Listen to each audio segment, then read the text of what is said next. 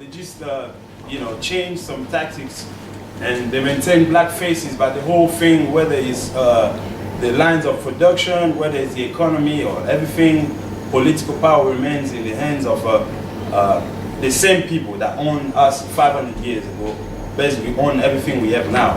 And so the struggle must be to take also the land back, and the wealth and the economy and political power, and ultimately our life, because we need to have our life back.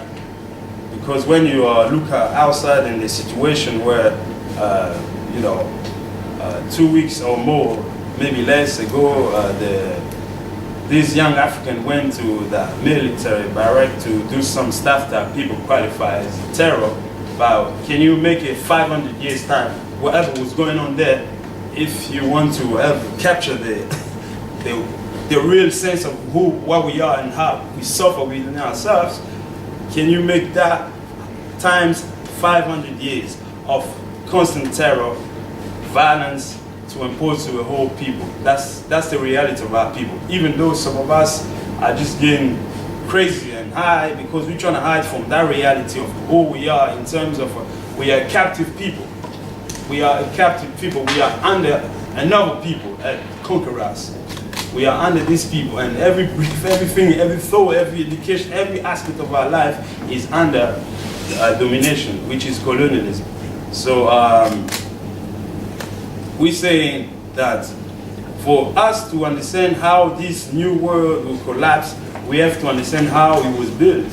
And the whole new world, the economy and everything, every prosperity that we see in this country or in Europe or generally in the white world, was built at the expense of 500 years of unpaid labor of African people, the stolen land of the indigenous. This is how these people build the wealth anyway, the happiness and everything.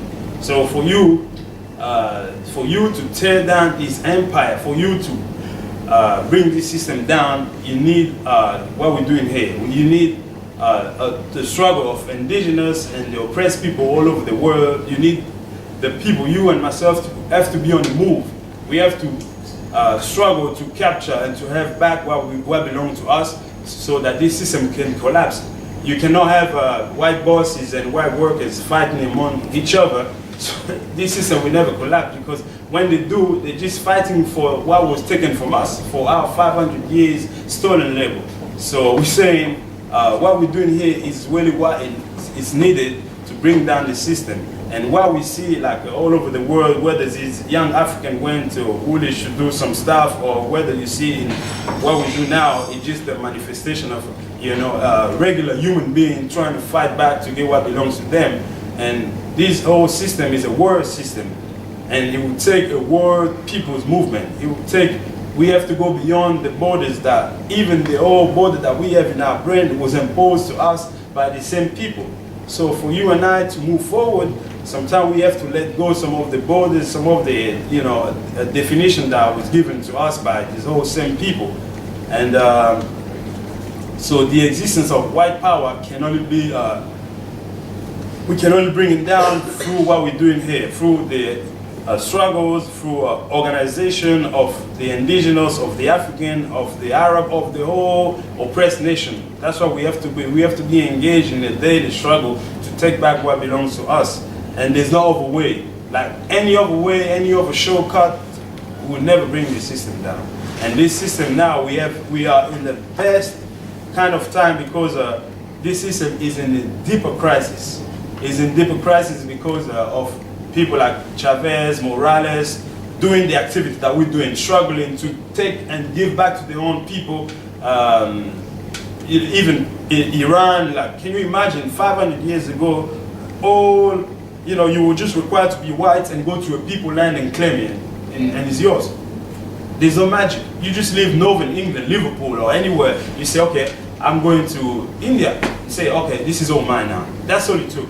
You just broke violence, impose it to a people, take the land, take the resources, and say, baptize you, make them Christian, and give them a whole new names, and that's what, and now we are,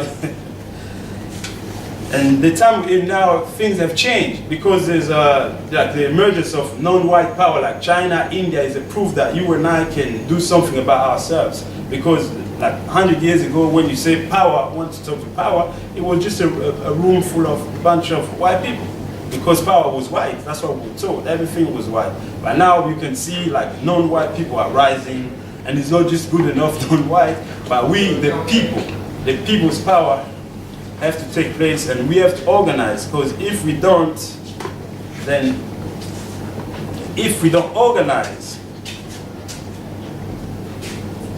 then what we've faced for the past 500 years will be a picnic if we don't organize, because we know for a fact that 500 years history can show you and I that these people in desperation are violent. And I just came in this country some 20 years ago. I never knew that EDL, you know, things like that. For me, it was, oh, yeah, this is things of the past. And, you know, 2 weeks ago, oh, people in masks and everything claiming English Defense League. That's a whole new thing to me anyway, being in this country. So I said, okay, so these people, they have, they have good plan in terms of maintaining power. They will do anything. But it's up to you and I now to organize and to win others to organize, because this is the only way out we have. Because if we don't organize, we'll perish, as God is saying. So before I leave, you know, to sum up, I just, you know, when we're fighting the wars of idea, we have to start thinking about the next world, what we want to have. What kind of world are we building for ourselves? Because we understand that the world under these people, under white power, has been a disaster. You can go all over the planet Earth, you talk to the majority of the people of the Earth, you see genocide is the #1 weapon that is used. Genocide, just go all over the place, commit genocide. Even as we're in African Liberation Day last week, we went with Sister Aqua here, and people were surprised that indigenous people still exist. Because because in the mainstream media, this is a history. This is a jungle time. This is you know, it's finished. We finished these people.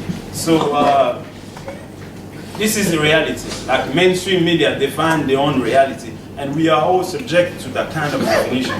Like we all believe, okay, these people are finished, and the backwards African will never rise up again. I mean, that's the definition of mainstream media.